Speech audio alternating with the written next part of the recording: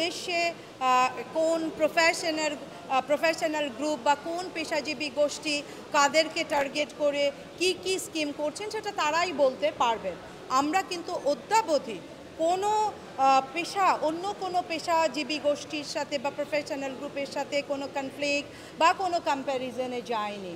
আমরা শুধু আমাদের জায়গাটি বলবার চেষ্টা করেছি যে প্রত্যয় স্কিমটি এসেছে সেটি আমাদের বিরাজমান যে পেনশন ব্যবস্থা আছে তার সাথে সাংঘর্ষিক বিরাজমান ব্যবস্থায় আমরা যতটুকু খুবই স্বল্প কিন্তু যেই স্বল্প আমরা ফ্যাসিলিটিস বা সুযোগ সুবিধা পাচ্ছিলাম সেইটুকু কর্তন করে নেওয়া হচ্ছে।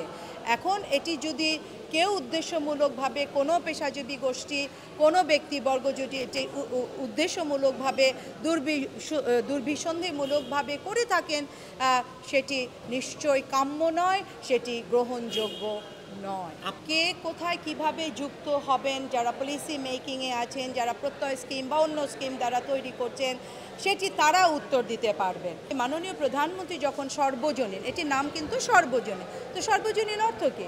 সর্বজনীন হচ্ছে সকলের জন্য সমতার ভিত্তিতে হবে। এবং মাননীয় প্রধানমন্ত্রী কিন্তু শুরুতে বলেছেন এটা একেবারে যারা পেনশন পাচ্ছে না, যারা সুবিধা বঞ্চিত অবহেলিত তাদের জন্য, এবং যারা চাকরি করছেন তাদের জন্য নয়। কিন্তু অল অফ আ সাডেন হঠাৎ করে 13ই মার্চ এইরকম একটি প্রজ্ঞাপন দেওয়া হলো। ফলশ্রুতিতেই আজকে আপনারা যে প্রশ্নগুলো তুলছেন যে কারা, কোন শক্তি, কোন গোষ্ঠী, কোন উদ্দেশ্যে এটাকে করছে, কারা এটার থেকে দূরে থাকছেন, কেন দূরে থাকছেন, আমার মনে হয় খুব প্রাসঙ্গিক এই প্রশ্নগুলো তোলা। এবং আমি বলবো যারা এই প্রত্যয় স্কিম প্রণয়নের সাথে জড়িত আপনারা তাদেরকে সরাসরি এই প্রশ্নগুলো তুলুন যে এখানে কি, আমরা তো সকলেই পেশাজীবী গোষ্ঠী, তাই না?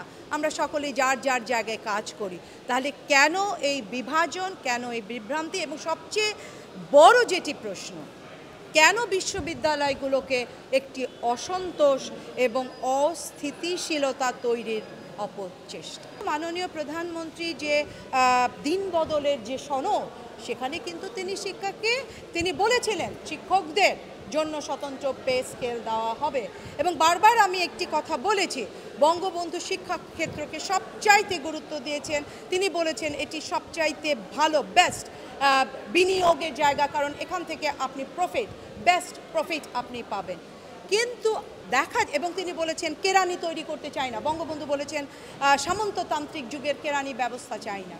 কিন্তু আজকে আপনি যখন শিক্ষক সমাজদের অবদমিত করলেন, কেন মাননীয় প্রধানমন্ত্রী এটি দিতে পারলেন না? মাননীয় প্রধানমন্ত্রী তো দিন বদলের কথা তিনিই বলেছিলেন। প্রধানমন্ত্রী বলতে কেন বাধ্য হলেন দুদিন আগে তোমরা আমাকে বিচ্ছিন্ন করো না? তাহলে কারা বিচ্ছিন্ন করছে? কারা এই শক্তি বা অপশক্তি যারা মাননীয় প্রধানমন্ত্রীকে জনগণ থেকে বিচ্ছিন্ন করতে চায়, শিক্ষক সমাজ থেকে বিচ্ছিন্ন করতে চায়, শিক্ষার্থীদের থেকে বিচ্ছিন্ন করতে চায়? 10 বছরেও আমরা সুপার গ্রেড পাচ্ছি না, কেন আমরা স্বতন্ত্র পে স্কেল পাচ্ছি না? কারা আসলে এই ধরনের একটি অপচেষ্টা করছে? আমার বক্তব্য পরিষ্কার, আমরা কারোর সাথে প্রতিযোগিতা, কনফ্লিক্টিং সিচুয়েশনে যেতে চাই না। কর্মসূচি আমাদের সুস্পষ্টভাবে বর্ণনা করা হয়েছে। আমরা আশা করি, আমি আবারও বলছি আশা করি, মাননীয় মন্ত্রীও বলেছেন তিনি অবজার্ভ করবেন কিভাবে এই আন্দোলনটি চলে, তারপর তিনি সিদ্ধান্ত নেবেন। আমরাও দেখব আমাদের আন্দোলনটি কিভাবে চলে।